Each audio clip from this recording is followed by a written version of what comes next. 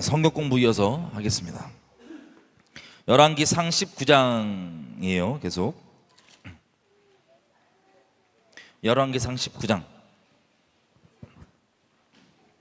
저번 시간까지로 기억나시죠? 엘리야가 갈멜산에서 엄청난 승리를 한 후에 직후에 바로 그 소식을 들은 이세벨이 죽여버리겠다라고 협박을 하니 무서워서 엘리야가 도망하기 시작했습니다. 자기 목숨을 건지기 위해서. 그 도망하는 과정 가운데 하나님이 천사를 보내셔서 밥을 주시죠. 맛있게.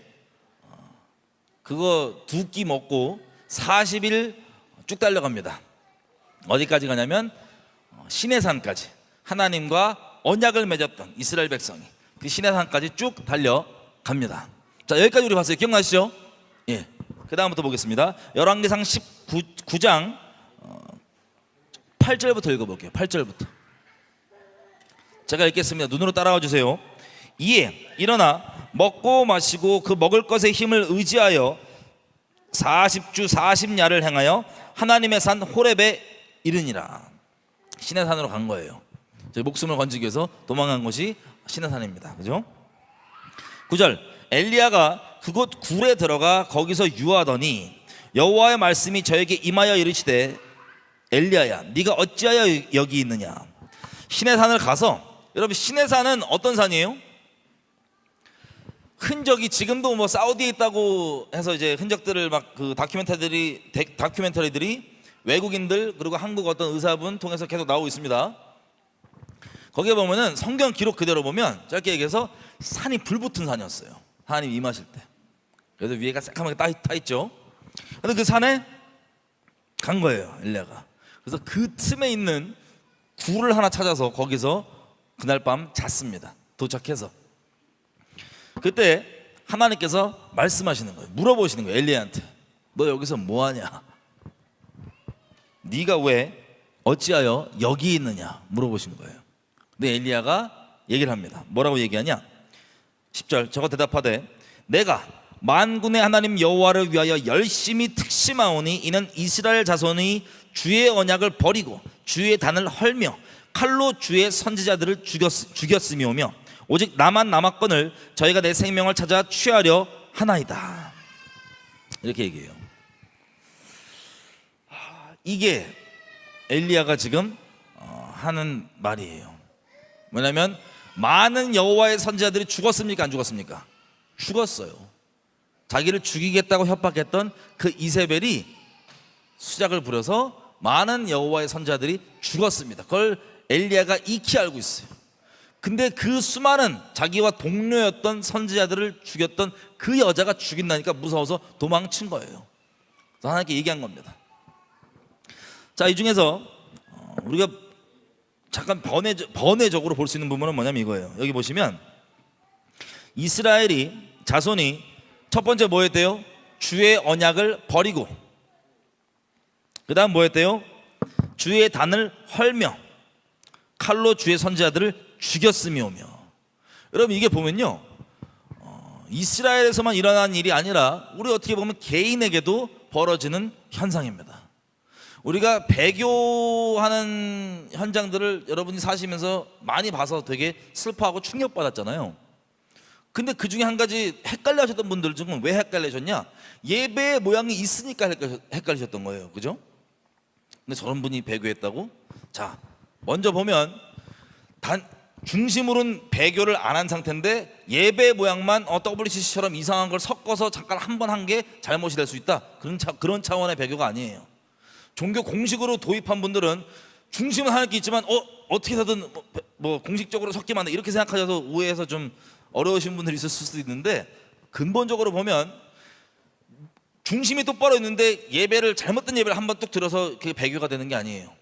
먼저 중심으로 하나님의 언약을 저버리면 그 다음에 나오는 일이 뭐냐면 주의 단을 헐어버린다고 합니다. 그러니까 엄밀히 영적으로 얘기하면 그 배교의 예배가 다 알고도 모르고 모르는 게 아니라 다 알고도 아무렇지도 않고 옹호하게까지 되는 이유는 뭐냐면 그 중심에 스스로가 하나님의 언약을 먼저 떠났기 때문에 그 진짜 여호와의 참된 제단이 무너져 있기 때문에 나오는 열매에 불과한 거예요. 이 차이점 이해가 되세요?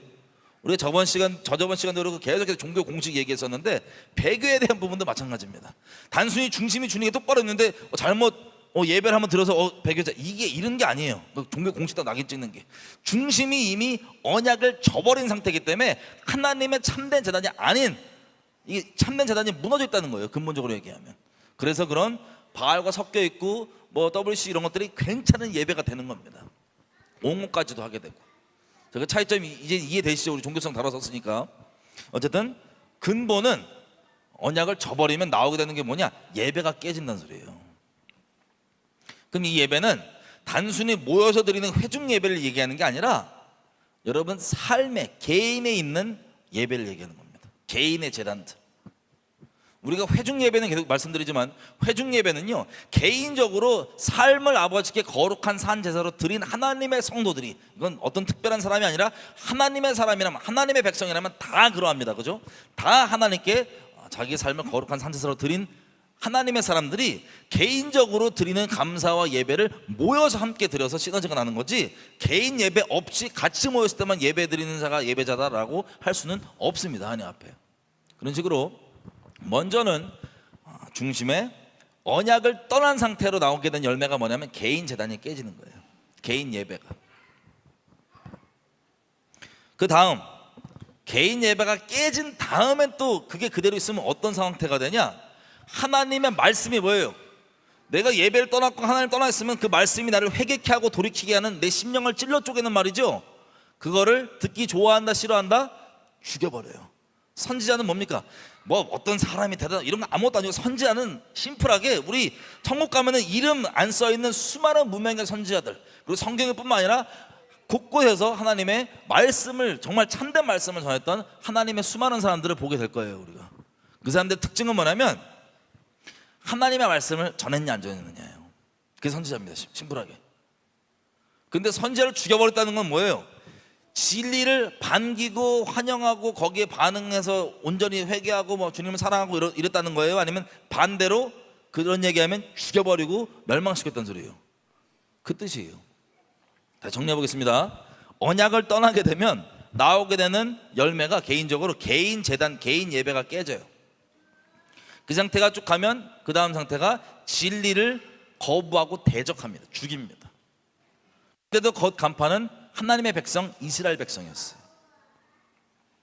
자, 이게 엘리야의 발언을 통해서 우리가 확인해 볼 수 있는 부분입니다. 혹시 여러분들이 이 진행 상태에 있다면 지금이라도 기회 있을 때 빨리 돌아가셔서 언약으로 돌아가셔서 개인 재단이, 언약을 돌아가면 개인 재단이 세워집니다. 회복하시길 바래요. 자, 그래서 엘리야가 이렇게 얘기하는 거예요. 저것들이 지금 나는 하나님의 열심을 내고 특심을 내는 이런 상태인데 언약 져버리고 단 깨버리고 여호와의 제단 다 깨버리고 그리고 주의 선지자들을 죽였는데 이제는 나만 남았는데 나도 죽인다고 합니다. 하나님, 쟤네들 죽였던 것처럼 나도 죽인다고 합니다 라고 얘기하는 거예요.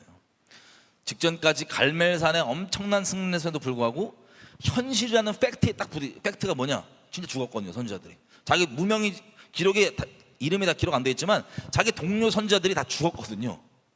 엘리야가 그 소식 알겠어요 모르겠어요? 계속 듣고 슬퍼하고 여러 가지 마음이 있었겠죠. 그럼에도 불구하고 계속 믿음을 지켜왔잖아요.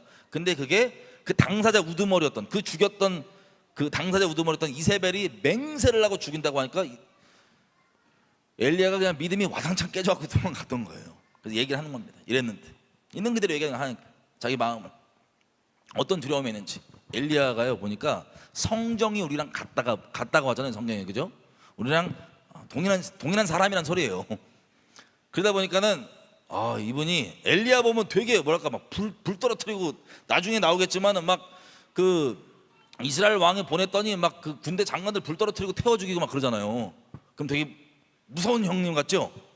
근데 군대 장관이 몇 번 가서 불타 죽는데 마지막으로 왔던 군대 장관이 나 좀 제발 불쌍히 여겨달라고, 나 불 떨어뜨리지 말아달라고 그랬을 때 하나님이 엘리야한테 뭐라 그런지 아세요? 쫄지 말고 따라가라. 그럼 다시 얘기하면 그 모든 와중 중에 엘리야의 마음이 어땠다? 쫄. 두려워하지 말고 따라가라. 그러니까 성정이 우리랑 같아요. 근데 성정에 갔다고 해서 믿음 없이 뒤로 물러난 게 아니라 믿음으로 계속 승리하는 부분을 우리가 본받아야 됩니다. 그러니까 불 떨어뜨려 죽어도 속으로 계속 조마조마한 거야. 몇 번째지 그랬는데 자기 잡으러 왔다가 내가 하나님의 사람은 니네 불 떨어진다 그러고 불 팍 다 죽고, 또 왔는데 내가 하나님의 사람인데 불 떨어진다 팍 다 죽고 이랬는데도 속으로 계속 쫄. 그래서 마지막 왔을 때 하나님 오죽하면 두려워하지 말고 따라가라고, 내가 너 지켜줄게. 그래서 가는 거예요 엘리야가. 어쨌든 엘리야가 그 솔직한 심령을 이제 얘기를 합니다 하나님 앞에. 그러니까 여러분 인생 가운데 여러분 잘 아시잖아요. 뭐냐, 어마어마한 믿음의 승리가 있었어도 우리가 항상 얘기하는 것처럼 하나님의 사람은, 하나님의 의인은 날마다 순간마다 믿음에서 믿음으로 이어가는 거예요. 엄청난 믿음이 방금 5분 전에 있었는데 그 믿음 똑같이 우리가 발휘하고 쓰지 않으면 그게 갈멜산 승리 있었어도 바로 이렇게 됩니다. 지금 저 이세벨 바알 선지자 싹 다 죽여놓고 3년 만에 비 팍 내려놓고 와 하고 지금 와서 이러고 있는 거예요. 성전이랑 같아서 그 부분까지만 위로받으시고 불순종은 위로받지 마시고, 믿음 없으면 위로받지 마시고, 믿음 없으면, 그죠? 어쨌든 이 얘기를 솔직히 한 거예요. 그때 하나님 어떻게 하시냐, 참 저는 이 부분이 뭐라고 할까, 되게 아프게 와요. 여러분 이스라엘 백성은요, 우리가 이 내용 잘 아시죠? 하나님 뭐라 그럽니까? 이렇게 얘기합니다. 그냥 일단 읽어볼게요. 11절, 여호와께서 가라사대 너는 나가서 여호와의 앞에서 산에 서라 하시더니 여호와께서 지나가시는데 여호와 앞에 크고 강한 바람이 산을 가르고 바위를 부수나, 바람이 산을 쪼개버리고 바위를 부숴버리는 어마어마한 바람이에요. 그렇게 하는데 그 바람 가운데 여호와께서 계시지 아니하고, 또 바람 후에 지진이 있습니다. 지진이 뭐예요? 땅이 흔들린 거예요. 그죠? 그 산에서 땅이 흔들린다. 와, 지진 경험해 보신 분?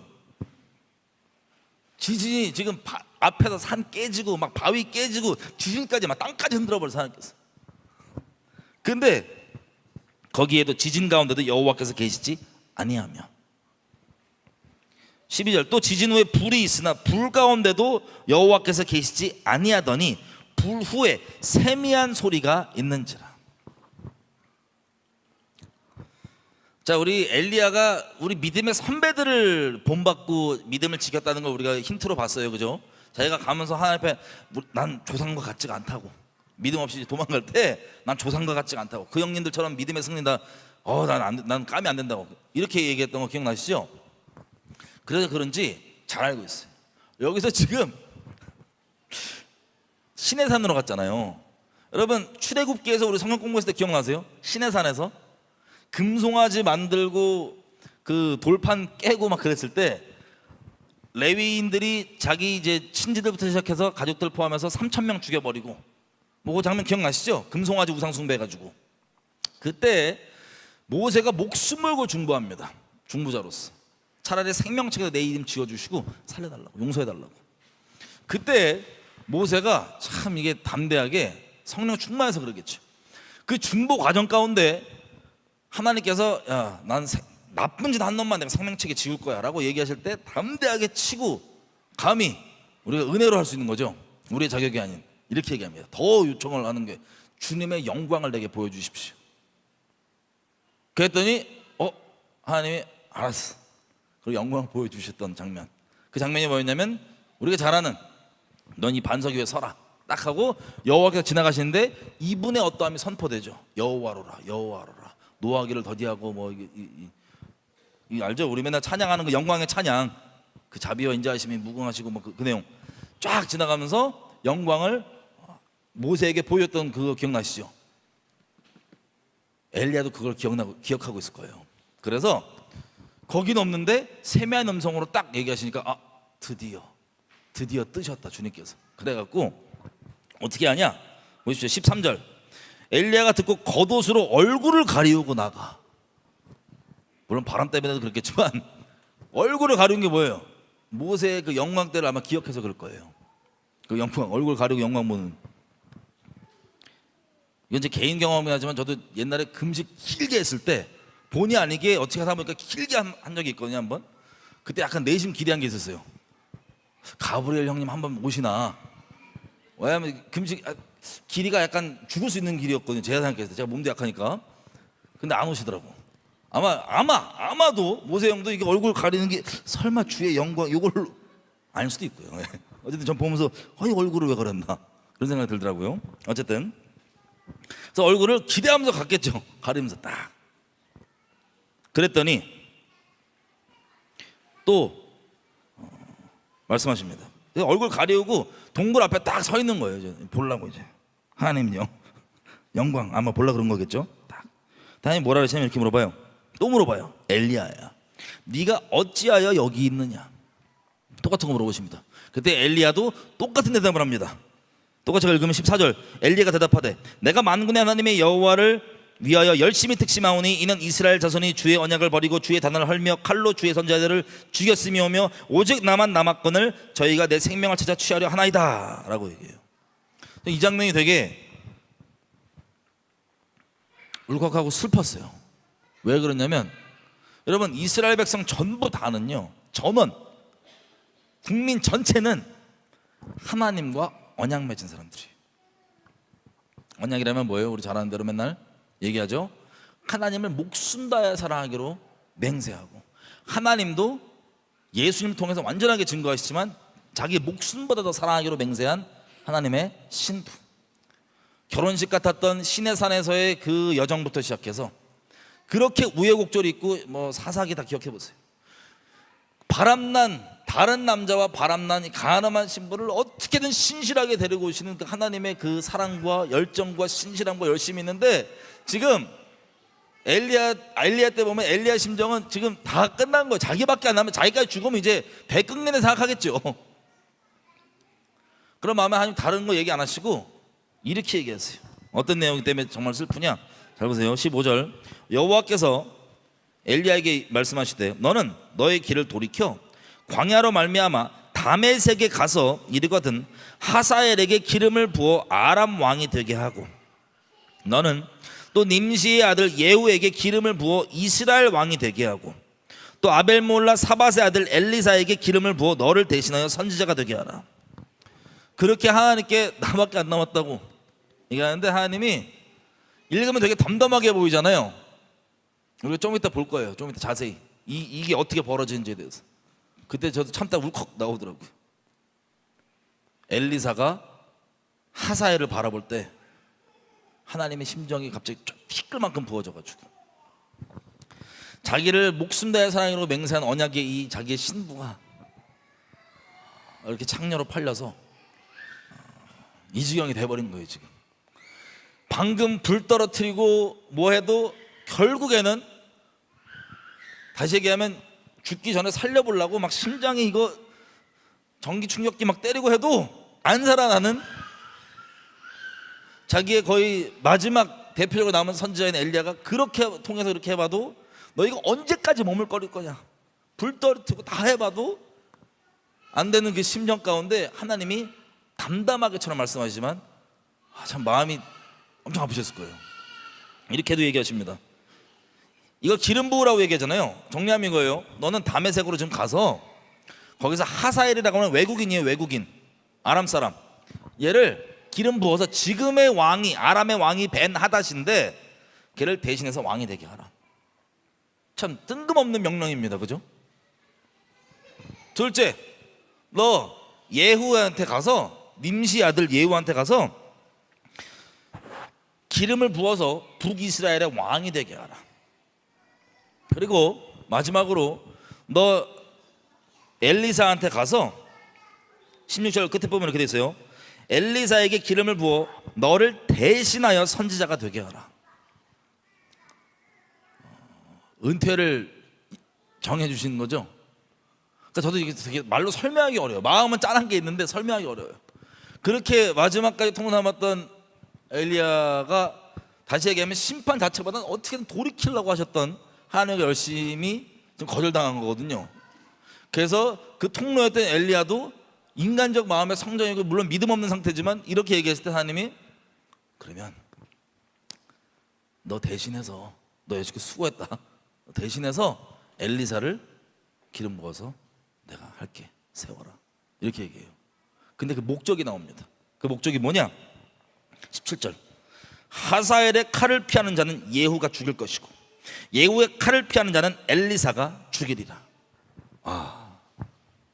여러분, 하나님께서 드디어 이들이 심판의 통로로서 기름 부어진다는 걸 지금 얘기를 하는 거예요.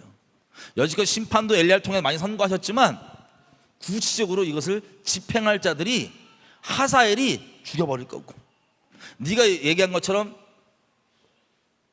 하나님이 그렇게 돌이키고자 그렇게 열심으로 신실함으로 긍휼함으로 했던 그게 다 거절했던 이스라엘 백성에게 하사엘을 기름 부어서 하사엘의 칼이 그들을 죽일 것이고, 둘째, 예후를 들어서 예후를 칼로 그들을 심판할 것이고, 그리고 그 나머지 심판할 사람들 엘리사를 통해서 심판할 것이다. 철저하게 심판할 것이다. 그 다음에 이렇게 얘기하죠. 18절. 그러나 내가 이스라엘 가운데 7천 명을 남기리니 다 무릎을 바알에게 꿇지 아니하고 그 입을 바알에게 맞추지 아니한 자니라.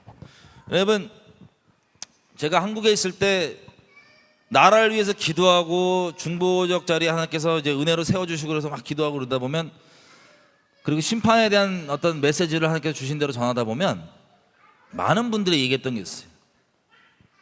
바알에게 무릎 꿇지 않는 7천이 남아있다. 맞아요, 남아있죠. 근데 우리가 항상 얘기했죠. 바알에게 무릎 꿇은 7천이 이스라엘에 쏟아지는 심판을 막지 못했어요. 그들의 목숨은 겨우 지켰지만 심판을 막지 못했어요. 심판은 지금 확정돼 있고 선고되는 상황이었습니다. 적용이 좀 달라요, 많이.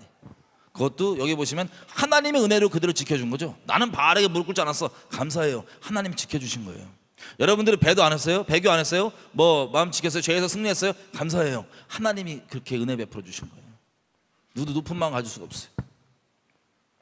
내 심판을 선고하시는 그 앞에 뭐 7천 명 있으니까 심판 안 일어나라는 얘기는 나오지도 않고 문맥상도 아예 상관이 없습니다. 오히려 다 쓸어버릴 것이지만 7천 명은 내가 남겼다 라고 얘기하시는 아픈 마음. 여러분, 다윗이 인구조사할 때 하나님께 혼나는 그 내용 아시죠? 인구조사할 때 보면은 그때 나가서 싸울 수 있는 사람이 110만 명이에요. 110만 명. 그러면 대충 계산해 볼게요. 막장마다 다 틀리니까 대충 계산해 볼게요. 뭐 와이프가 뭐 한 명에서 다 치고 자식 2명, 조부모님 2명. 어차피 이거 와이프나 애기들이나 칼 못 드는 노약자분들은 그 인구를 안 쳤으니까 110만 명 중에 다 합치면 대략해서 계산하기 쉽게 7천 명이니까 700만 명 정도 됐다고 칩시다. 그러면 이 숫자가 0.01%예요. 산수가 갑자기 헷갈리네. 0.1%. 맞죠? 0.1%예요. 0.1%예요. 그러면 1000명 중에 1명 믿는다는 소리예요. 이스라엘 백성 전원이 다 하나님과 언약 맺어야 되는 사람인데 1000명 중에 1명. 참 많았으면 좋겠는데. 어쨌든 그런 식으로 7천인을 가슴 앞에 얘기하십니다. 하나님의 은혜로 보존한, 바알에게 무릎 꿇지 않게 했다고, 지켜줬다고. 19절. 이 얘기를 듣고 이제 엘리야가 다시 사역을, 은퇴 사역이죠. 이제 대신해서 이제 너 은퇴 그럼 해 이렇게 한 거예요. 너 대신해서 얘를 세워. 갑니다. 19절 보면 엘리야가 거기서 떠나 사밧의 아들 엘리사를 만나니 저가 12겨리소를 앞세우고 밭을 가는데 자기는 12째 겨리와 함께 있더라. 엘리야가 그리로 건너가서 겉옷을 그 위에 던졌더니, 겉옷을 던지는 게 뭐 문화적으로 그런 의미가 있나 봐요. 네가 해라 이런 거. 그랬더니 그 겉옷을 받고 별 얘기 안 했는데도 바로 엘리사가 하는 말이, 소를 버리고 엘리야에게로 달려와서 이르되 청컨대 나로 내 부모와 입맞추게 하소서. 그리한 후에 내가 당신을 따르리라. 엘리야가 저에게 이르되 돌아가라. 내가 너에게 어떻게 행하였느냐 하니라. 엘리사가 저를 떠나 돌아가서 소 한 겨리를 취하여 잡고 소 기구를 불살라 그 소를 삶아 백성에게 주어 먹게 하고 일어나 가서 엘리야를 쫓으며 수종을 들었더라.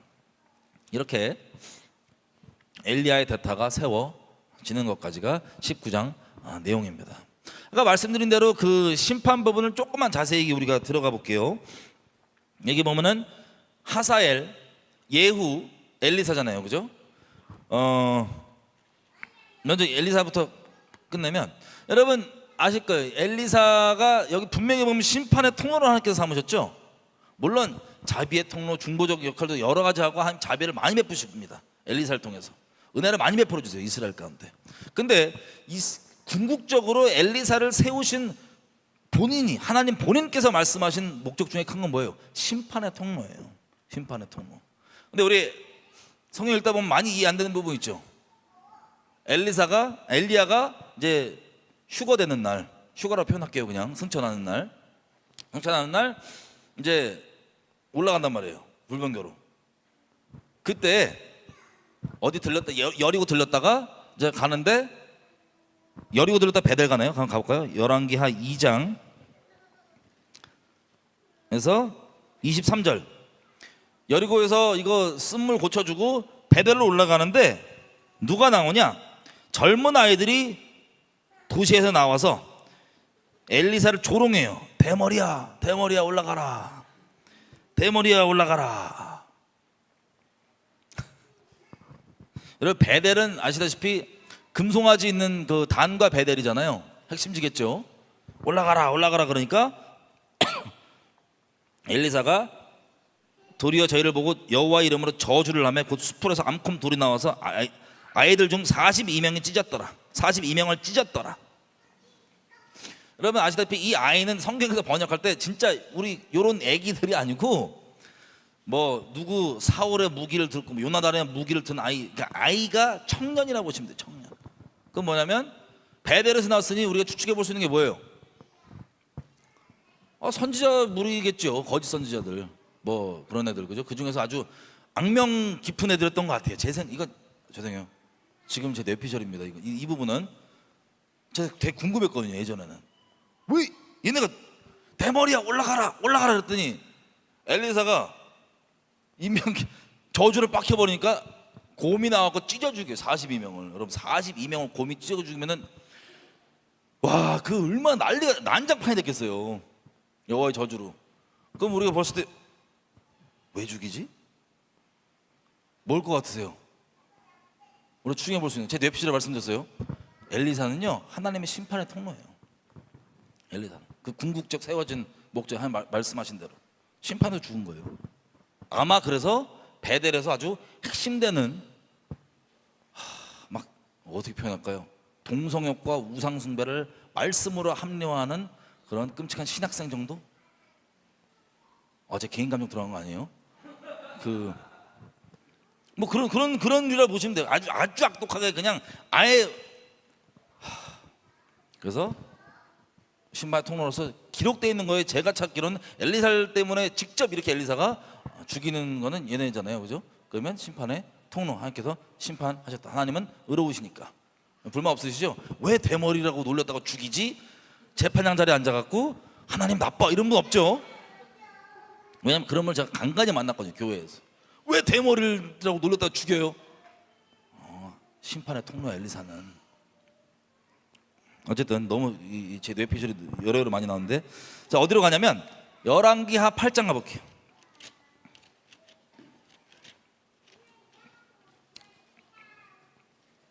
열왕기하 8장. 자 열왕기하 8장까지는 우리가 나중에 천천히 하나씩 가보겠지만, 일단 그 엘리사의 거의 이제 개인 하나님과 동행하는 여정들이 많이 기록이 되어 있습니다. 주로 그 아람 왕이 어떻게 쳐들어왔고, 막 이스라엘에서 레위기 26장에 기록되어 있는 언약의 저주대로 자식까지 잡아먹게 되는 그 끔찍한 심판들이 계속 벌어지는 장면이 풀어져서 나와 있어요. 그럼에도 불구하고 이스라엘이 안 돌이키는 거죠. 그랬는데 어쨌든 8장을 바로 넘어가 보면 8장에 7절 이렇게 되어 있습니다. 8장 7절. 엘리사가 다메섹에 갔을 때, 다메섹이 어디냐면요 아람이에요. 아람. 다마스커스. 아람이에요. 이스라엘 아닙니다. 지금 이방 땅에 있어요. 아람 땅에. 지금 다메섹에 갔을 때 아람 왕 벤하닷이 병들었더니 어떤 사람이 왕에게 고하여 가로되 하나님의 사람이 여기 있습니다. 왕이 하사엘에게 이르되 너는 손에 예물을 가지고 가서 하나님의 사람을 맞고 저로 말미암아 여호와께 나의 이 병이 낫겠나 물으라. 자, 벤하닷이 아람 왕이죠. 아람 왕. 이 아람 왕이 자기의 휘하에 있는 부하 중에 하사엘, 이 하사엘이 누구예요? 하나님께서 엘리야에게 기름 부으라고 명했던 그 하사엘. 자, 엘리야가 하사엘을 기름 부었냐? 기록이 없어요. 불순종했냐? 그럼 모르겠어요. 하나님께 물어보세요. 나도 모르겠어요. 기록이 없어요. 근데 얘기는 했겠죠. 엘리사에게 같이 맨날 붙어 있으니까 엘리사가 엘리야를 섬겼잖아요. 계속 얘기는 했겠죠. 하나님께 나한테 마지막 주신 미션이 3개인데 하나는 너 기름 부는 거였고 예후가 있고 저기 있다. 이거를 다 알아요, 엘리사가. 왜냐면 엘리사가 자기 제자 중에 한 명 시키거든요. 나중에 너 가서 예후한테 기름 부어라. 어쨌든 이 베나닷이 아람 왕의 병에 걸린 거예요. 그러니까 자기 부하였던 아람 사람 하사엘에게 뭐라고 시키냐? 하나님의 사람이 자기 도시에 있다고 하니까 너 가서 이 병 나을 병인지 죽을 병인지 한번 물으라고. 그랬더니 하사엘이 예물을 딱 준비해서 갑니다. 아름다운 9절 이렇게 됐어요. 하사엘이 드디어 맞으러 갈새 다메섹 모든 아름다운 물품으로 예물을 삼아가지고 낙타 40에 싣고 가서, 낙타 40마리에 실을 정도니까 어마어마했겠죠. 온갖 진귀한 거 다 가져간 거예요. 가서 엘리사 앞에 서서 가로되 당신의 아들 아람 왕 벤하닷이 나를 당신에게 보내어 가로되 나의 이 병이 낫겠나이까 하더이다. 와, 얼마나 낮은 자세로 지금 물어봅니까? 이 한 나라에 아람의 왕이 하나님의 사람이라고 해서 40마리 여기 준비해 갖고 당신의 아들이, 그것도 자기 부하 보내가지고 그렇게 자기를 스스로 하대하면서 낫겠냐고 물어봅니다. 그때 엘리사가 가로되 10절 너는 가서, 지금 누구에게 얘기하는 거냐면 하사엘에게 얘기하는 거예요. 엘리사가 너는 가서 벤하닷에게 말하기를 왕이 정령 나으리라라고 말하라. 그러나 여호와께서 벤하닷이 정령 죽으리라고 내게 알게 하셨느니라. 여기서도 종교 공식 있는 분들은 걸림될 수 있죠. 뻥치라 시키네. 그 다 돌파하셨죠 이제? 예. 그렇게 얘기를 해요. 너는 가서 너희 주인, 너희 주군, 너희 왕한테 나으실 거라고 얘기해라. 근데 하나님께서 그 왕 죽는다고 알려주셨다 나한테. 다시 높아지면 한 번 더 얘기하면, 우리 종교 공식 저거 선악 까먹고 세신 분들은 하나님 여호와 입에서 나오는 말씀이 항상 선악의 유일한 기준이에요. 아멘이죠. 근데 아니야, 거짓말 시켰으니까 안 돼, 엘리사 나쁜 놈, 마귀, 이러시는 분 없죠. 높아지면 하나님이 시키라면 시키대로 하면 되는 거예요. 그게 가장 의로운 거예요. 가끔 그러시는 분도 있거든. 막 절대 난 안 해. 어쨌든 가서 얘기하는데 그 다음 장면에 이제 눈물이 참다 터졌어요. 11절 하나님의 사람 엘리사죠. 엘리사가 하사엘이 스스로 부끄러워하기까지 쏘아보는 거예요. 그 말을 하고 엘리사가 이렇게 계속 쏘아보는 거예요. 막 이런 걸 갖추고 와갖고 이렇게 자기는 그 벤하닷 왕의 밑에 사람으로서 이렇게 낮추고 가서 이렇게 했는데, 넌 가서 그렇게 얘기하라 그런 다음에 이렇게 쏘아보면서 민망할 정도로 계속 쏘아보면서 막 우는 거예요, 엘리사가. 근데 왜 그러냐? 여러분 12절 하사엘이 물어봐요. 내 주여 어찌하여 우시나이까? 그때 엘리사가 이렇게 얘기해요. 네가 이스라엘 자손에게 행할 모든 악을 내가 알기 때문이다. 네가 이스라엘 백성들의 성에 불을 놓으며 그 군인들을 칼로 죽이고 어린아이들을 돌에 매어 치며 임산부들의 배를 갈라버릴 것을 내가 알기 때문에 운다 얘기합니다. 여러분, 이게 심판을 선고하시는 하나님의 마음이에요. 엘리야에게 그렇게 얘기하신 게 지금 엘리사에게 기름 부어주는 장면이죠, 거의. 그죠? 근데 그걸 선고하실 때 하나님의 마음이 여기에 담겨 있는 거예요. 덤덤하게 얘기하시는 게 아니라 하나님의 마음, 성령에서 하나님의 마음과 이 마음을 교통하는 그 하나님의 친구인, 하나님의 선지자인 엘리사가 심판을 임명하고 이제 시작되는 거잖아요. 그 심판이 임명하면서 누구는 마음 여기서 저도 참다가 울컥하더라고요. 심판을 원치 않으시지만 거룩하셔서 심판할 수밖에 없고, 심판을 원치 않으셔서 어떠한 열심과 어떠한 하나님을 아끼는 사람들, 엘리야 하나님 사랑했겠어요, 안 아꼈어요?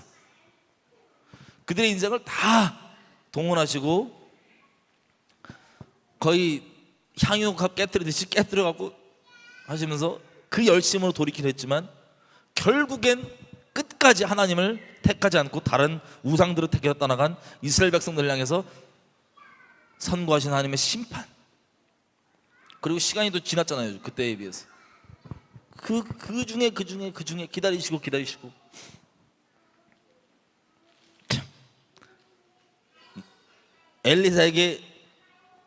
엘리야에게 둘에게 말씀했던 이 내용이 이게 지금 때가 된 거예요. 그리고 어떤 일을 할까지 다 알려주신 거죠. 어떤 끔찍한 일이 벌어졌는지. 그래서 눈물이 이렇게 나는 거예요. 근데 이 얘기를 들은 하사엘의 반응이요, 13절 보면 이렇게 됐어요.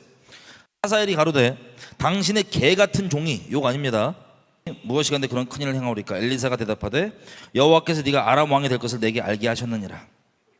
하사엘은요 이때만 해도 이래요. 예수님 없는 사람의 마음은 참 간사해서 나중에 하사엘이 어떻게 한지 아세요? 이대로 쳐들어왔다가 뭐 했다가 막, 근데 바로 보십시오. 이 태도로 말한 하사엘이 어떻게 가냐? 14절, 하사엘이 엘리사를 떠나서 그 주인에게 나아가니 왕이 묻되, 베나닷이 물어보는 거예요. 엘리사가 너에게 뭐라더냐? 그랬더니 하사엘이 이렇게 얘기해요.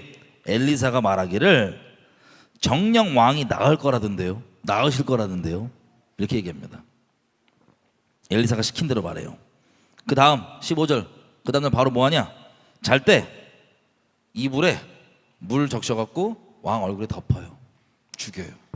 그 정도로 기력이 약했다는 소리겠죠. 이걸 덮어도 이걸 못 뺄 정도로 이걸 죽여버려요. 물에 적셔 왕의 얼굴을 덮음에 왕이 죽은지라. 하사엘이 베나닷을 대신하여 왕이 되니라. 와, 이렇게 됩니다. 여러분 여기 이것 때문에 오해하시는 분 없죠? 하나님이 세웠으니까 역시 하사엘이 죽인 것도 잘못 없어. 하나님이 악은 악대로 다 심판하십니다. 스가랴서 1장 15절 보면 뭐라고 돼 있어요? 잠깐 가볼까요? 껴놓고. 자, 오해할까봐 잠깐 말씀드리면, 자, 여기 보시면 이렇게 돼 있어요. 스가랴서 1장 14절부터 제가 읽을게요. 내게 말하는 천사가 내게 이르되 너는 외쳐 이르기를 만군의 여호와의 말씀에 내가 예루살렘을 위하여 시온을 위하여 크게 질투하며 안일한 열국을 심히 진노하나니 나는 조금만 노하였거늘 그들은 힘을 내어 고난을 더하였습니다. 자, 하나님이 이스라엘에 대한 심판의 통로로 바벨론부터 시작해서 열국을 삼았는데 이들이 여기에 자기 악을 더해서 그랬던 것에서 하나님께서 그것도 철저하게 심판하신다. 마치 하박국이 갖고 있던 질문 있죠. 방금 우리 하사엘의 이런 행동들을 보고 그럼 이것도 옳은 것이냐 질문이 스스로 되시는 분들이 있다면 하박국이 갖고 있었던 질문과 비슷한 겁니다. 이스라엘이 이렇게 썩었는데 이거 내버려 두실 겁니까? 물어봤을 때 하나님이 저 우상 숭배자들인 바벨론 통해서 치시는 걸 보여주니까 하박국이 물어봐야 하나님께 이거 쟤네 더 나쁜 놈들 아니에요? 그랬을 때 하나님께서 그 개념을 깨시고 이방인이냐 뭐 이방인은 더 나쁘고 유대인은 괜찮고 이런 차원이 아니라 누구든지 믿음으로 내게 서 있고 믿음으로만 사는 자들 내게 의인이다라고 얘기하셔서 하박국에 깨지고 하나님께 찬양하게 되죠. 마찬가지입니다. 이런 행동들이 정당화되는 건 아니고 하나님께서 그대로 다 심판을 하실 텐데 어쨌든 이렇게 되는 거예요. 마치 바벨론을 심판하듯이 다 똑같은 내용이에요. 비록 하나님께서 몽둥이로 썼지만 이 자체 악이 돼서 몽둥이로 썼고 쓰임받았다고 해서 넘어갈 수 있는 게 아니고 그건 아예 별개의 문제고 하나님이 자체적으로 공의롭게 심판을 하신다는 것 기억하시고 보시면 헷갈리지 않으실 겁니다. 혼란스럽지 않으실 겁니다. 하사엘의 행동이. 그래서 하사엘이 드디어 어떻게 돼요? 왕이 된 거예요. 지금 엘리야에게 말씀하셨던 그 내용들의 예언의 성취가 지금 시작되는 장면을 여러분 보고 계신 겁니다. 하사엘의 왕이 됐고, 그리고 이스라엘 왕 아합의 아들 요람이 다스릴 때입니다. 다스립니다. 그때 동시에 맞물려서 벌어진 일이에요. 자, 북이스라엘은 요람이라고 하는 왕이, 아합의 아들이 왕이 됐어요. 그때 남유다에는 아하시아라고 하는 왕이 지금 왕입니다. 근데 보시면 이 북이스라엘의 요람 왕이 싸운 거예요. 하사엘이랑. 길르앗 라몬 내가 누구 거냐 하고 싸운 거예요. 그 싸웠다가 전쟁 중에 전상을 입고 이제 들어 누웠습니다. 그때 남유다 왕이, 나중에 우리가 여호사밧 얘기하면서 다루겠지만, 남유다 왕이 너무 친해갖고 이제 그 병상에 누워있는 북이스라엘의 요람 왕을 병문안을 가요. 남유다 아하시아 왕이. 맞물려서 지금 벌어지는 겁니다. 계속. 그때 무슨 일이 벌어지냐? 자, 북이스라엘의 수도는 사마리아죠, 그죠? 근데 길르앗 라모스에서 싸우다가 다쳐서 사마리아까지도 못 가고 이스라엘이라는 지역, 옛날에 무기또 뭐 그쪽 지역이에요. 이스라엘이라는 지역에 요행하고 있는데, 그때 남유다 왕 아하시아가 방문을 하는 거예요. 방문을 했는데 9장 보십시오. 두 번째 기름 부음이 이제 현실로 됩니다. 9장 1절. 선지자 엘리사가 선지자 제자 중에, 학생 중에 하나를 불러서 이르되, 너는 벨트 매고 허리띠를 동이고 이 기름병을 손에 가지고 길르앗 라못으로 가라. 거기에 가면 님시의 손자 여호사밧의 아들 예후를 찾아. 이름 헷갈리시니까 예후예요. 그냥 예후. 비슷한 이름들 계속 나오니까 헷갈리세요. 우리 철수 뭐 영이 막 비슷한 이름 나오니까 헷갈리지 마시고, 다른 사람입니다. 그 여호사밧이라는 거 여기 나오는, 어쨌든 예후 있죠. 예후, 엘리야에게 말씀하셨던 예후에게 간 거예요. 예후를 찾아 들어가서 그 형제 중에서 일어나게 하고 데리고 골방으로 들어가서 기름병을 가지고 예후의 머리에 부으며 말하기를, 여호와의 말씀이 내가 너에게 기름을 부어 이스라엘 왕으로 삼노라 하셨느니라 하고 곧 문을 열고 도망하되 지체치 말지니라. 지침을 주는 거예요. 기름 가서 길르앗 라못에 지금 전쟁 중에 대치 중이니까 예후가 군대 장관으로서 자기 왕 요람은 병문안 중에 있고 길르앗 라못에서 지금 버티고 있거든요. 방비를 해야 되잖아요, 방어로, 그죠? 그때 엘리사가 자기 제자 중에 한 명을 불러갖고 지침을 주는 거예요. 너 기름병 들고 가서 예후를 찾아갔고, 예후를 따로 데리고 나와서 골방에서 하나님께서 너를 왕으로 세우신다 그러고 기름 붓고 바로 튀어라. 죽을까봐 그러겠죠. 바로 튀어라. 그렇게 해서 갑니다. 이 소년이 가서, 이 무명의 선지자 소년이 가서 예후한테 얘기를 해요. 불러갖고 골방을 데리고 가요. 그래서 얘기를 하면서 이렇게 얘기합니다. 자, 6절. 예후가 일어나서 집으로 들어가니 그 소년이 머리에 기름을 부으며 말하되, 이스라엘 하나님 여호와의 말씀이 내가 너에게 기름을 부어 여호와의 백성 곧 이스라엘의 왕을 삼노니 너는 너희 주 아합의 집을 치라. 내가 나의 종 곧 선지자들의 피와 여호와의 종들의 피를 이세벨에게 갚아주리라. 아합의 온 집이 멸망하리니 이스라엘 중에 매인자나 노인자나 아합에게 속한 모든 남자는 내가 다 멸절하되, 아합의 집을 느밧의 아들 여로보암의 집과 같게 하며 또 아히야의 아들 바하사의 집과 같게 할지라. 이스라엘 지방에서 개들이 이세벨을 먹으리니 저를 장사할 사람이 없으리라 하셨느니라 하고 곧 문을 열고 도망하니라. 자, 하나님 말씀 선포하면서 기름을 부었어요. 그랬더니 11절, 저도 이거 보고 좀 웃겼는데, 예후가 나와서 그 주의 신복들에게 이르니 한 사람이 묻되 평안이뇨, 그 미친 자가 무슨 까닭으로 그대에게 왔더뇨. 대답하되 그들이 그 사람과 말한 것을 알리라. 여러분, 여러 모양으로 나왔지만 이스라엘 왕들이 이때뿐만 이스라엘 왕들이 예를 들면 이제 죽을 병에 걸렸어요. 근데 지나가다가 하나님이 엘리야를 변장시켜 갖고 선고를 내요. 그 병 때문에 걔 왕 죽는다. 그리고 이스라엘에 선지자가 없어갖고 어디 우상들 제사장들한테 물으러 가냐, 그렇게 얘기해서, 그래서 그 침상에서 못 내려고 죽는다 얘기해요. 그랬더니 누군지 모르잖아요. 근데 엘리야였어요, 엘리야. 근데 그걸 듣는 사람들은 누군지 모른단 말이에요. 그 대신에 왕한테 전달을 해요. 어떤 미치광이 아저씨가 그러던데요. 근데 왕이 어떻게 생겼더냐, 뭐 이게 뭐 가죽이 있고 뭐 있고, 엘리야야. 그리고 죽어요. 얼마 있다가. 여기도 보면 아시겠지만 이 소년이 누구인지 아예 안 중요해요. 아예 안 중요해요. 그냥 와서 이거 하나님께로부터 나온 말씀이 아니에요. 지금 이 소년이 선포한 말씀이죠.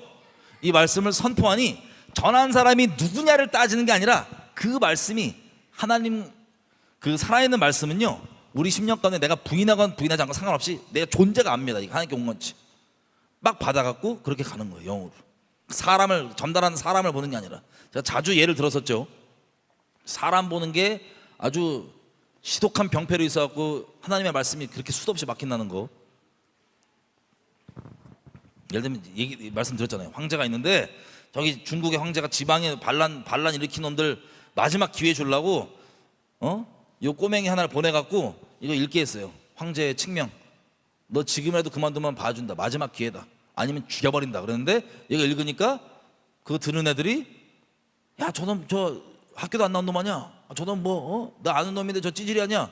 이래갖고 그 말씀 제껴서 다 죽었다. 그 말씀 죽겠냐 안 죽겠냐 다 죽었다. 기억나시죠? 자, 이런 식으로 전하는 사람이 누구냐 아예 안 중요하고, 그 사람이 어떠면 안 중요하고, 하나님께 왔는지 안 왔는지는 하나님 안에 겸손한 자들이 받아들이겠죠. 예후 같은 경우는 여러분들은 이제 그래서 더 이상 사람을 보지 않을 거예요, 그죠? 근데 여기서 한 가지 더 우리가 추가적으로 봐야 될 건 뭐냐면, 예후 같은 경우는 여러분 보시면 알겠지만 이 말씀을 충실하게 이행합니다. 가가지고 보십시오. 이게 딱 너 왕으로 된다, 집을 치라 그랬더니 오케이. 어떻게 보면 이 사람들이잖아요.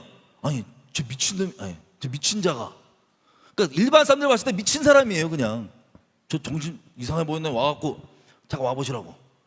뭐랍니까 그랬더니 그거를 예후가 아멘으로 다 땡겨서 자기 주군을, 여러분 길라 라모스 지키고 있다는 건 아무리 뭐 충성심이 안 좋고 뭐 그래도 목숨을 걸고 지키는 거예요. 군인이니까 일단, 그죠? 근데 이 미치광개처럼 보이는 출처도 모르는 소년이 와갖고 그 얘기를 딱 여호와의 말씀을 딱 하고 기름 부어버리니 그냥 아멘 때려갖고 다른 사람은 여전히 미치광개로 보지만 자기 인생의 한 방에 바꿔버려요, 목적을. 물론 나중에 알겠지만 예후는요 천국 가면 못 볼 거예요. 우리가 천국 가면. 근데 하나님의 말씀은 다 성취합니다. 되게 무서운 거예요 이게.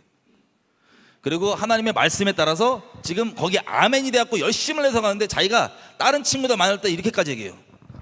내 이렇게 뛰어난 열심이 있는데 너도 같이 하지 않겠냐고. 이런 뛰어난 열심이 있는데. 자기 열심히 스스로 대견할 정도로 아합 집을 쓸어버리고 바알 선지자들 꾀를 부려고 다 불러요. 바알 선지자, 제사장, 바알 관련자들, 바알 집사, 권사 다 불러. 쉽게 얘기해 우리 따지면. 그래갖고 몰아놓고 80명 군인 딱 배치시킨 다음에 한 놈도 못 나오게 하고, 한 놈 도망치면 네가 목숨 대신 갚을 줄 알아. 그러니까 군인들이 얼마나 긴장하겠어요. 안 놓치려고. 다 죽여버립니다. 다 죽여버리고 바알 제단 이런 거 다 폐허로 만들고 변소로 만들어. 변소로. 똥오줌에 저 싸버리라고. 얼마나 통쾌해요. 어느 정도로 또 하냐? 자, 이대로 가면서 자 12절 무리가 가로되 당찬한 말이라. 그대는 우리에게 이르라. 대답하되 저가 이리이리 내게 말하여 이르기를 여호와의 말씀이 내가 너에게 기름을 부어 이스라엘 왕을 삼는다 하셨다 하라. 이렇게 들은 말을 얘기했더니 주변에 장관들도 다 같이 그러면 예후 당신이 왕입니다. 그대로 왕을 삼아요. 그리고 이 상태, 군대가 여기 있으니까 이 상태로 지금 병상에 있는 자기 원래 주군이었던 북이스라엘 요람을 지금 치러 바로 갑니다. 치러 가서 죽이는데, 자, 이 병상에 지금 누가 놀러 와 있어요? 남유다의 왕 아하시아가 놀러 와 있죠. 그래서 요람 왕을 죽여버리고 예후가, 그리고 아하시아 유다 왕도 그 자리에 같이 죽여버립니다. 그리고 공교롭게도 그 죽인 데가 어디냐면, 그 요람 왕을 죽인 데가 어디냐면 나봇 아직 우리가 스토리상 안 나왔는데 나중에 나와요. 좀 있다가 나봇 포도밭, 이거 뭐 이세벨이랑 아합이 뒤에서 저 음모 짜갖고 죽여버리고 땅 뺐잖아요. 그 땅에 하나님께서 선포하셨던 저주, 그 시체가 쏟아지리라. 그 땅에 공교롭게도 요람을 예후가 맞닥뜨린 그 땅이 또 거기에요.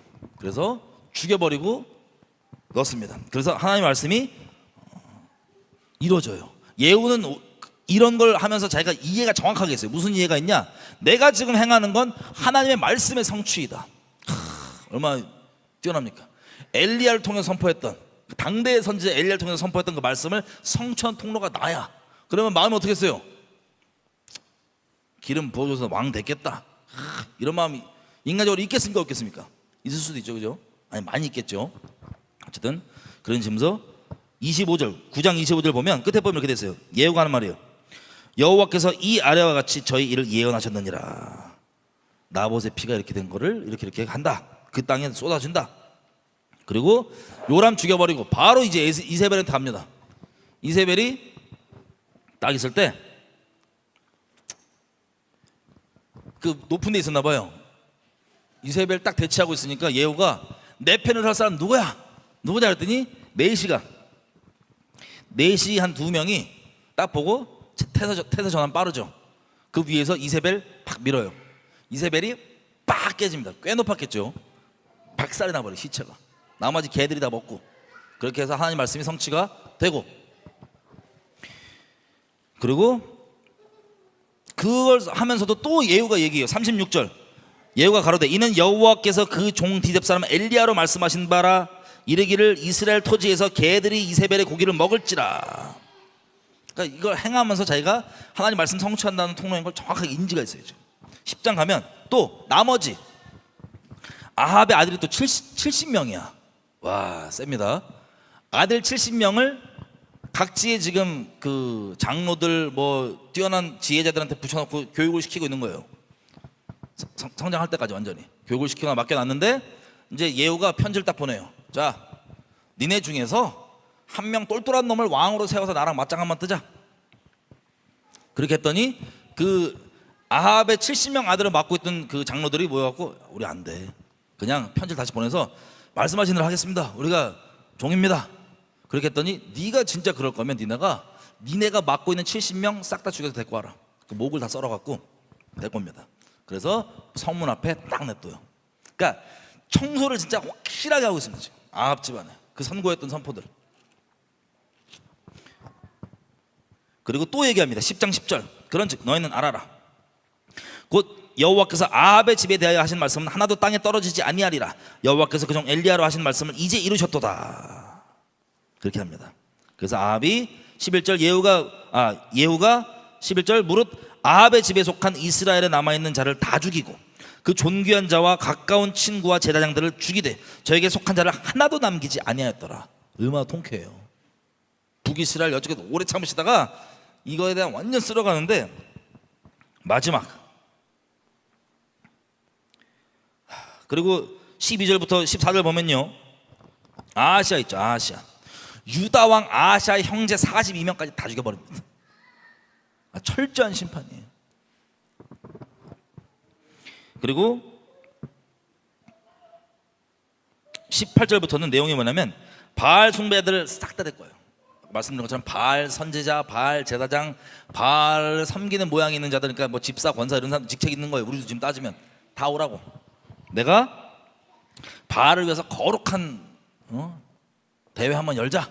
그래갖고 신하고 모이게 해서 딱 막아놓고 싹 돌이켜버립니다. 그렇게 하고 27절 바알의 목상을 헐어버리고 바알의 당을 회파하여 변소를 만들었더니 오늘날까지 이르니라. 얼마나 통쾌해요. 여지껏 그렇게 하나님께서 선고하시고 기다렸던 이게 그냥 확실하게 내려놨는데, 28절 예후 개인에 대한 평가입니다. 예후가 이와 같이 이스라엘 중에서 바알을 멸하였으나 이스라엘로 범죄케 한 느밧의 아들 여로보암의 죄 곧 베델과 단에 있는 금송아지를 섬기는 죄에서는 떠나지 아니하였더라. 31절 그러나 예후가 전심으로 이스라엘 하나님 여호와의 율법을 지켜 행하지 아니하며 여로보암이 이스라엘로 범하게 한 그 죄에서 떠나지 아니하였더라. 요렇게 예후를 통해서 쓸어버리십니다. 여러분, 제가 한참 교회에 이렇게 있었을 때 보면 사역에 욕심 있는 분들이 있어요. 사역에 욕심 있는 분들이. 여러분, 하나님께서는요 자기를 목숨 다해 사랑하는 사람이 있으면 하나님이 알아서 능력이 제한이 없으신 그분께서 그를 통해서 행하실 바를 마음껏 행하십니다. 근데 보세요, 얼핏 보면 예후가 하나님 말씀에 잘 반응하고 엄청나잖아요. 엘리야, 당대의 선지자 엘리야를 통해서 성경에 기록되는 예언들이 성취를 누굴 통해서 하냐? 예후를 통해서 한 거예요. 누가 기름 부었냐? 엘리야가 음성 듣고 엘리사가 시켜서 엘리사의 제자가 기름 붓고. 와, 여러분 상상해 보십시오. 지금 당대에 하나님 사람 누구 있어요? 저기 여러분 생각하실 때 다 배도했지. 여러분 배도를 몰랐을 때로 거슬러 올라가 보시면 여러분 생각했을 때 전 세계에 세계적인 주의 종 엘리야 같은 없어요. 뭐 닥터 데이비드 용기초 이런 분들 하여튼 그런 분들이 하나님께 직접 음성 듣고 기름 붓고 뭐 그랬으면 와, 여러분 왕으로 세워졌다 그러면 여러분 기분 어떻겠어요? 인간적인 마음은 좋을 수 있죠. 그런 거예요. 근데 그렇게까지 되는데 그 사람이 지옥 간다 천국 간다 상상할 수 있어요 없어요? 당연히 천국 간다 생각할 거예요. 그죠? 근데 무서운 건 하나님을 목숨 다해 사는 사람 있으면 두루 땅을 감싸다치다가 전심을 자기에게 향한 자가 있으면 능력을 제한 없이 베푸세요. 그걸 통해서. 그러니까 쓰임 받냐 안 받냐 우리가 알 바가 아니에요. 사실 하나님을 목숨 다해 사랑하냐 안 하냐가 중요한 거예요. 근데 쓰임으로만 따지면 예후가 하나님을 목숨 다해 사랑하고 하나님께 똑바로 있어갖고 하나님의 말씀의 성취 통로가 된 게 아니고 자기 욕심에 딱 맞았는데 하나님 이름이 달렸어. 와, 땡큐. 자기의 야망과 욕심이 있는데 거기에 여호와 이름에 딱 달리고 기름 부음까지 있고 이거 누가 기름 부어줘? 출처를 들어보니까 엘리하고 뭐 엘리사야. 그러면 어떻게 돼요? 딱 가서 열심을 내죠. 되게 슬픈 거예요. 제가 교계에 있으면서 교계라고 표현하는데 기독교에 제가 이런저런 사람들 만나면서 보니까 사역에 욕심 있는 분들, 사역을 통해 사람에게 높임받고 싶으신 분들, 자기 눌렸던 이 눌림을 어떤 위치를 통해서 갖고 싶은 분들, 뭐 여러 모양으로 나올 수 있으나 근본적으로는 아무리 그렇게 누군가 당대 선지자가 예언을 해주고 기름 부음을 하고 뭐 해도 그리고 진짜 실제 크게 쓰임을 받고 있다 할지라도 그거랑 하나님 관계는 별개일 수 있다는 게 충격적인 사실.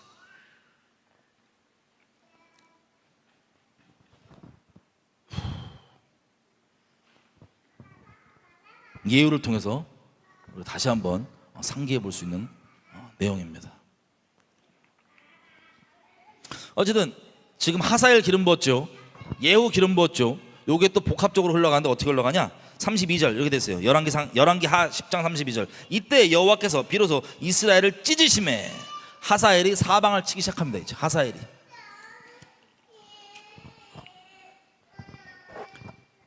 짧게 요 심판부만 마무리를 하면 하사엘이 이제 쳐들어오기 시작한 거예요. 그전에는 저 같은 놈이 무슨 이러고 있다가 왕 딱 죽이자마자 바로 이제 북이스라엘 쳐들어오는 거예요. 그때 또 남유다는 어떻게 되냐? 남유다 왕 같은 아하시아가 지금 올라가서 하나님 심판으로 죽었잖아요. 그죠?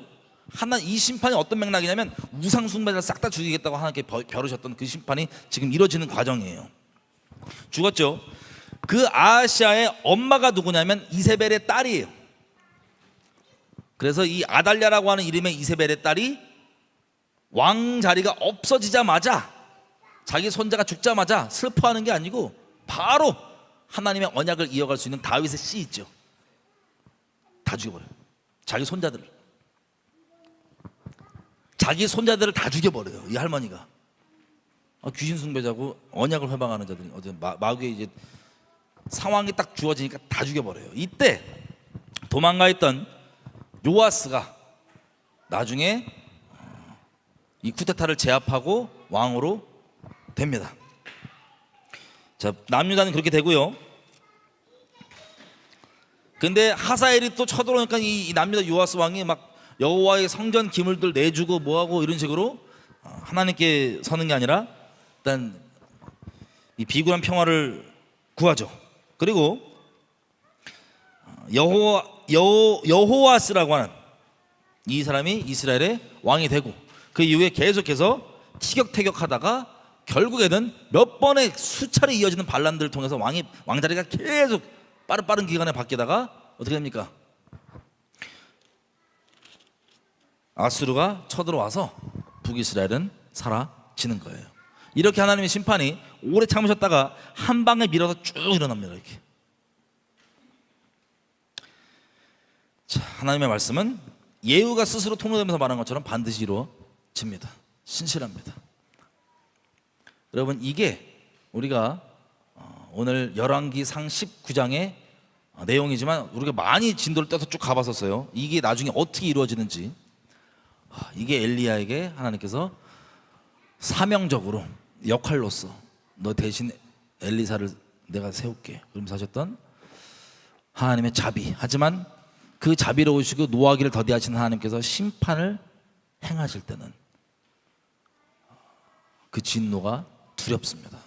마지막으로 우리가 하박국 3장 가볼게요. 하박국 3장.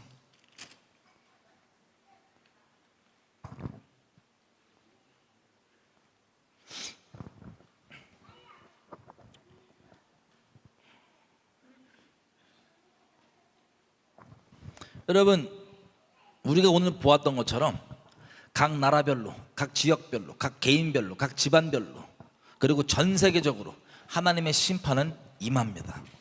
곧 임합니다. 그때 여러분들은 어떤 자리에 있으실 거냐? 마음으로, 심령으로. 여러분 영혼은 하박국 3장에 그 힌트가 있습니다. 3장 2절. 여호와여, 내가 주께 대한 소문을 듣고 놀랐나이다. 여호와여, 주는 주의 일을 이 수년 내에 부응케 하옵소서. 그 주의 일이 뭔지 알아요? 심판이에요. 그 부응이 심판을 얘기하는 거예요. 여러분 생각해 보세요. 예수님이 오셔서 이 땅에 다시 오셔서 그 악인들 다 쓸어버리시고 천년왕국 시작하신다. 이거 부응이에요, 아니에요? 엄청난 부응이죠. 그럼 우리 개인적으로 부응은 뭘까요? 죄된 자아가 고쳐지는 게 아니라 진멸당해 버렸을 때가 부응이에요. 우리 죄된 자아가 진멸당했을 때, 얄짤없이 하나님의 심판이 임했을 때. 그래서 십자가 심판에 믿음으로 있지 않는 자들에게는 무섭게도 믿음은 내가 바라는 것들의 실제잖아요. 실제. 십자가를 실제 받은 그 믿음을 실제 내 것으로 삼는 자들에게는 이미 심판이 실제 받았기 때문에 심판이 유월되는 거고, 아닌 자들에게는 무시무시한 심판이 기다리고 있는 겁니다. 그래서 그 전에 빨리 십자가에 들으신 자비의 그 심판을 믿음으로 감사함으로 받으십시오. 그게 여러분의 부흥입니다. 여러분의 죽음을 실제, 더 이상 내가 아니요, 내 욕심, 내 뜻, 이게 아니라 하나님 뜻, 하나님 말씀, 하나님의 의지대로 살아가는 하나님의 거룩한 산제사. 그게 유일하게 심판을 피하는 길이에요. 그게 유일한 자비의 길이에요. 무서워서 가는 게 아니라, 무서워서 갔을지라도 거기에 들어가면 어마어마한 자비와 인자하심. 우리 주님이 중간이 없거든요. 이 엄청난 지옥 갈 저주가 십자가로 들어가는 순간 무궁무한데 영원한 감사와 찬양과 기쁨으로 바뀝니다. 하나님의 놀라우심, 자비하심. 아직 기회가 있을 때 우리가 잡아야 됩니다. 어쨌든 이렇게 하박국 3장에 보면 이렇게 얘기하고 3절부터 보잖아요. 3장 3절부터 쭉 보면은 하나님의 심판의 모양이기 때문에 난리가 납니다. 난리가. 쭉 보면 6절, 5절, 온역이 그 앞에 행하면 뭐가 먼저 와요? 앞서서 전염병이 확, 부흥이 지금 벌어지는 거예요. 전염병이 확 와요. 감 오시죠? 그분 앞에서 전염병이 쫙 덮칩니다. 하나님 앞서서 먼저 오는 거예요. 그 다음 그 앞에다 불덩이가 그 발밑에서 나온 듯, 걸어오시면서 불덩이가 막 나오는 거. 앞에 전염병, 불덩이. 그리고 6절, 그가 서신즉 땅이 진동하며 그가 보신즉 열방 전 세계가 전율하며.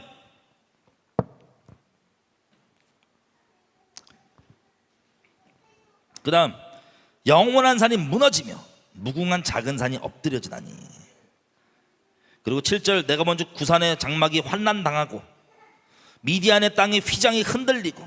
8절, 여호와께서 주께서 말을 타시며 구원의 병거를 모시오니 하수를 분이 여기심이니까 강을 노여워하심이니까 바다를 대하여 성내심이니까. 물들이, 하나님이 바다를 보고 화내면 어떻게 됐어요? 쓰나미와 온갖 무시무시한 일들이 벌어지겠죠. 아모스서에 나와 있는 것처럼 파도를 들어 지면에 쏟을 수 있는 자 여호와. 지금 그 장면이에요 지금. 그리고 9절, 주께서 화살을 꺼내시고 화살을 바로 쏘셨다. 주께서 하수들로 땅을 쪼개셨다.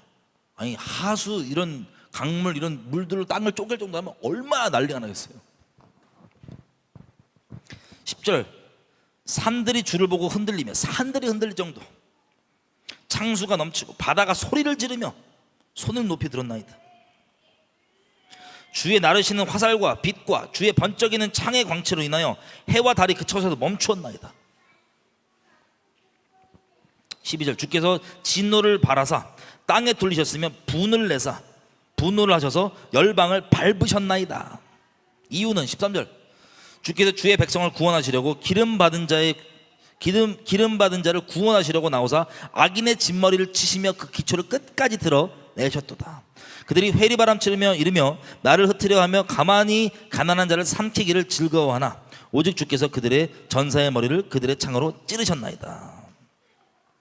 이 소식을 보고 들으니 16절 내가 들었으므로 내 창자가 흔들렸고 그 목소리로 인하여 내 입술이 떨렸도다. 무리가 우리를 치러 올라오는 환난 날을 내가 기다림으로 내 뼈에 썩이는 것이 들어왔으면 내 몸은 내 처소에서 떨리는도다. 여러분 이런 말씀 많이 들어보셨죠? 하나님 말씀을 받았는데 평안이 없으면 하나님께 온 게 아니야. 지금 하박국은 지금 어떻게 돼요? 창자 떨리고 발발발 떨고 있어요. 하나님 말씀 받아갖고 하박국은 하나님 말씀 받은 거예요, 아니에요? 에이, 우리 목사님이 그러는데 하나님 말씀이라고 받았는데 평안이 없으면 불안함을 조성하면 하나님 말씀이 아니래. 너무 안타깝죠. 하박국만 이러지 않아요. 에스겔 누구 하나님 딱 말씀이신 하나님이 임하면 처음 하신 말이 두려워하지 말아라. 기본이에요. 그 막 귀신 무서워서 뭐 목숨 죽을까봐 무서워하는 그런 두려움 말고 진정한 두려움, 경외할 수밖에 만드는 그게 기본이라고요. 말씀이 임하면. 그런 종교적 공식으로 하나님 말씀을 판단하는 분별 기준 삼았다? 어떡합니까? 특별히 이 일이 벌어지는 이 말세, 그게 기준이다? 어떡합니까? 우리 중에 없겠죠, 그죠? 어쨌든 그래서 결론 이겁니다. 17절부터 19절 잘하죠. 무화과 나무잎이 마르고 무화과 나무잎이 마르고 포도나무에 열매가 없으며 감람나무 소출이 없으며 밭에 식물이 없으며 우리의 양이 없으며 외양간에 소가 없을지라도 나는 여호와를 인하여 즐거워하며 나의 구원의 하나님을 인하여 기뻐하리로다. 주 여호와는 나의 힘이시라. 나의 발을 사슴과 같게 하사 나의 높은 곳에 다니게 하시리로다. 아멘. 이렇게 될 수 있는 이유는 뭐냐? 2장 4절에서 말한 것처럼 보라 끝에 부분 의인은 그 믿음으로 말미암아 살리라. 이 심판의 때에도 원래도 그랬지만 믿음으로 사는 사람에겐 이 와중에 기쁨이 있고 이 심판이 곧 여기 3장에 보니까 누구를 위하는 거예요? 하나님의 속한 자들을 위해서 하나님께서 행하신 일이라는 것. 이 말씀 반드시 이루어집니다. 그 전까지 노하기를 더디하시고 오래 참으시는 우리 하나님, 그 바알에게 무릎 꿇지 않은 그 7천을 위해서 나중에 막 포로로 끌려가고 막 그러잖아요. 에스겔 때 보면 그 중에 섞여 있겠죠, 그죠? 근데 그게 이제는 예표적으로 말세를 그렇게 담고 있다면 이제는 전 세계적 차원에서 하나님께서 하나님께 속해 있는 사람들을 위해서 다시 오십니다. 그 말씀은 반드시 이루어집니다. 우리 에스겔서 9장에 보면요, 그 심판 남유다에게도 그 심판이 이제 오던 조금 더 기회를 줬다가 남유다의 마지막 심판이 오죠. 북이스라엘 끌려간 다음에 그때 하나님 이렇게 얘기하세요. 에스겔서 9장 가볼까요? 죄송해요, 마지막에 놓고 에스겔서 9장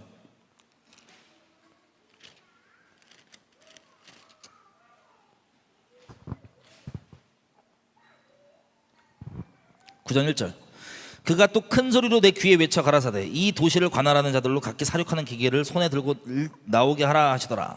하나님이 환상으로 보여주신데 에스겔한테 심판을 행하시는 거, 하나님의 도시에 대해서 환상으로 사람 죽이는 사륙하는 기계를 갖고 와요. 대량 살상하는 무기를 들고 와요. 천사들이 6이 그렇게 오는데 한 천사는 잉크를 차고 옵니다. 붓을 먹을. 아시는 대로 심판 시작 전에 하나님이 뭘 시키시냐 이렇게 해요. 4절 하나님이 얘기하는 겁니다. 그 먹을 차고 있는, 잉크를 차고 있는, 펜을 들고 있는 그 천사에게 너는 예루살렘 도시 중에 순행하여 그 가운데서 행하는 모든 가증한 일로 인하여 탄식하며 우는 자의 이마에 표하라. 그리고 5절 중간부터 보면은 그 표하지 않는, 표가 없으면 어떻게 해? 너는 그 뒤를 쫓아 성읍 중에서 순행하며 아껴보지도 말며 긍휼을 베푸지 말고 쳐서 늙은 자, 젊은 자, 처녀, 어린아이, 부녀 다 죽여버리되 이마에 표에 있는 자에게는 가까이 말라. 이렇게 되어 있습니다. 여러분, 계속해서 이 일은 반드시 이루어지지만 우리는 또 하나님의 그 마음, 우리가 엘리야를 통해서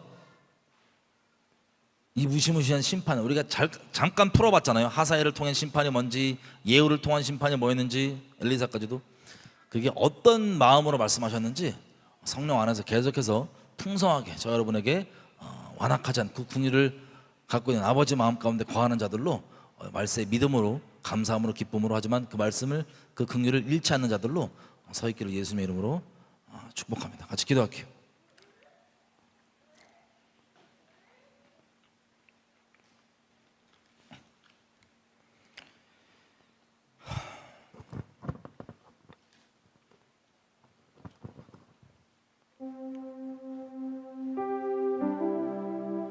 우리 이렇게 좀 같이 기도할까요? 하나님, 만약에 여러분들이 바알에게 무릎을 꿇지 않았다, 뭐 여러분 생각했을 때 여러분 스스로 난 괜찮아, 영적으로 뭐 배교하지 않았다, 배교도 구별됐다, 감사한 일이죠. 근데요, 하나님이 바알에게 무릎 꿇지 않은 7천은 뭐라고 얘기하십니까? 하나님이 지켜주셨대요. 그렇게 하나님이 그렇게 지켜주셨대요. 누구도 하나님 앞에 섰을 때 자랑할 수 없도록, 실제 돌아보면 내가 잘나거나 뛰어나서가 아니고 하나님의 은혜로 지켜줬던 거예요. 같이 먼저 이렇게 하나님께 감사했으면 좋겠어요. 하나님, 계속해서 저를 영혼 육 하나님 앞에 설 때까지 온전하게 지켜주십시오. 내가 뛰어나고 내가 잘나서 내가 괜찮아서가 아니라 죽어마땅한 자이지만 하나님 그렇게 긍휼을 베풀어 주시고 지켜주셔서 감사합니다. 계속해서 앞으로도 그렇게 우리를 지켜주십시오. 또 그 자체가 내게 의가 되고 높은 마음으로 있는 게 아니라 겸비한 마음 가운데 아버지의 어떤 마음으로 심판하시는지 긍휼을 잃지 않고 아버지 마음 가운데 성령으로 계속 거하는 우리가 될 수 있게 해주십시오. 완악한 심령, 교만한 심령, 자기 스스로 의롭다고 착각하는 악독함을 깨뜨리시고 마치 벌어지는 가증한 일들로 인하여서 우는 자들, 탄식하는 자들, 아버지 마음을 각 성령 안에서 갖고 있는 자들에게 이마에 표를 하시는 것처럼 이마에 표를 받기 위해서가 아니라 믿음으로 예수님 통해서 이미 주신 그 표를 감사함으로 계속해서 이 마음까지 주님 지켜주십시오. 하나님께 감사와 우리 마음과 심령을 지켜달라고, 마음 높은 교만함 어떠한 것과도 치우치지 아니하고 계속해서 아버지께서 기뻐하시는 겸비한 자리 가운데, 긍휼히 여기는 자리 가운데 거할 수 있도록 우리를 붙들어 주십시오. 같이 은혜를 구하며 감사함으로 같이 간구하며 기도하시겠습니다. 우리 개인의 상태를 위해서 좀 기도할게요. 우리 아까 봤던 것처럼 마음으로 언약을 떠났으면요, 배신했으면요, 개인 재단이 무너져 있습니다. 그 다음은 하나님의 진리를 죽여버리고 대적하는, 말씀이신 예수님을 죽여버리는 그 자리에 있게 되는 거예요. 좀 더 구체적으로 본다면 자기 어설픈 종교 공식과 종교 행위로 예수님을 잡아 죽였던 것처럼 정작 우리 중심을 돌이켜 찔러 우리 심령을 찌르며 돌이켜 떠나게 만들고 살리려고 하는 아버지의 말씀을 다 거절하고 대적하며 죽여버립니다. 자기 종교의 일을 앞세워서. 여러분이 지금 언약을 떠나서, 언약을 떠난 지 스스로 어떻게 하냐? 개인 재단이 무너져 계시면 언약을 떠나 있다고 보시면 돼요. 개인 재단이 무너진 정도에서 있는 분들 다시 돌아가십시다. 주님께 긍휼을 구하며 다시 돌아가십시다. 무너진 재단을 다시 세우십시다. 오히려 그 다음 재단이 너무 오랫동안 무너져 있는 분들은 진리를 대적하게 돼 있어요. 여러분들 심령 가운데 하나님께서 여러 통로를 통하여서 여러분에게 진리가 들어오는데 아까 봤던 것처럼 에이 제가 하는 말 아니면 저 정도는 통로를 자꾸 바라보면서 여러분의 심령을 찔러 쪼개시는 그 말씀을 거절하는 비참한 지경 가운데 있으신 분들, 거절하는 정도가 아니라 대적하는 지경 가운데 있으신 분이 있다면 여러분 마지노선에 계신 거예요. 벼랑 끝에 계신 거예요. 지금 거기 떨어지면 끝이에요. 그 밑은 지옥이에요. 우리의 상태와 내 지금 중심을 정확히, 남들은 속일 수 있어도 내가 정확히 아니, 여러분들이 어떤 지경에 있든지 하나님 다시 돌아가. 하나님께서 내게 책망하시고 돌이키시라는 말씀을 감사함으로 받을 수 있는 제가 되게 해주십시오. 하나님의 이 무너진 개인 재단을 어떤 말도 온전히 세우는 제가 될 수 있게 해주십시오. 그래요. 하나님 언약 가운데 가고 하나님을 사랑하고 경외하는 제가 될 수 있도록 붙들어 주십시오. 여러분 어느 상황에 있든 지금 다시 주님께 돌아가는 마지막 기회 붙잡고 가게 해주십시오. 주여 외치고 부르십시다. 주여! 우리 개인 상태로 해서 한 가지 더 기도할게요. 아까 예후를 우리가 봤습니다. 예후. 아무리 기록되어 있는 성경에 기록되어 있는 하나님의 말씀이 성취되는 통로였어도, 당대에 하나님의 사람들이 기름을 부어줬어도, 아무리 여러분들이 하나님께 대해 열심을 내고 있어도, 여러분 열심은요 예수님 잡아 죽였던 서기관과 바리새인들이 가장 뛰어났습니다. 내가 순결한 마음이 아니라면, 하나님을 조금이라도 이용하는 마음이 있다면 여러분 두려워하셔야 돼요. 두려워하셔야 돼요. 여러분들의 평판, 여러분들의 재정, 여러분들의 안위, 어떤 것이든 그게 아무리 하나님의 말씀이 여러분 스스로를 합리화시키고 있다 할지라도 정말 하나님을 순결하게 사랑하는 게 아니라면, 다른 목적이라면 스스로도 속을 수 있어요. 조심하셔야 돼요. 아직 기회가 있을 때 하나님 아무것도 필요 없습니다. 하나님만 순결히 사랑할 수 있게 해주십시오.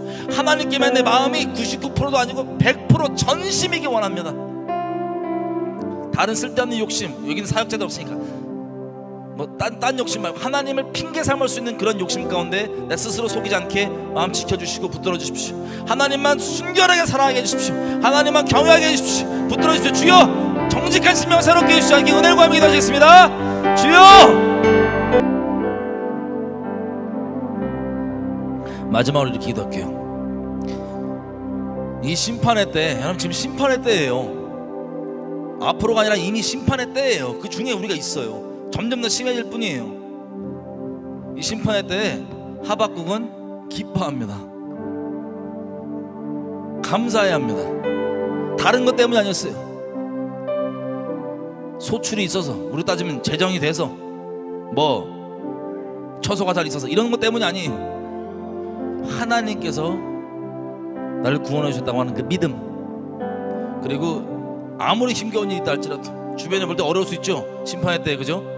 근데 기쁘고 힘날 수 있는 건 나 기뻐하리, 여호와를 기뻐하는 것. 아니면 내게 다윗이 고백한 것처럼 구원의 기쁨을 다시 한번 새롭게 해주십시오. 하나님을 향한 그 믿음, 그 감사함을 다시 한번 굳건하게 해주시고 믿음에서 믿음을 할 수 있도록 계속해서 우리를 붙들어 주십시오. 그러니까 마지막으로 은혜 구하며 기도하시겠습니다. 주여! 아멘. 여호와여, 내가 주께 대한 소문을 듣고 놀랐나이다. 여호와여, 주는 주의 일을 수년 내에 부응케 하옵소서. 이 수년 내에 나타내 주옵소서. 진노 중에라도 긍휼을 잊지 마옵소서. 아멘. 제 개인적으로는 큰 단위로 봤을 때 나라, 전 세계에서 어떻게 위해 기도할까요? 이 말씀입니다. 주님이 곧 오십니다. 그게 부흥이에요. 자, 여러분의 10년 가운데 아직 부흥이 없으신 분들 있다면 늦기 전에 믿음으로, 감사함으로 십자가에 죽은 그것을 감사함으로 받으며 부흥이 시작되시기를 예수님의 이름으로 축복합니다.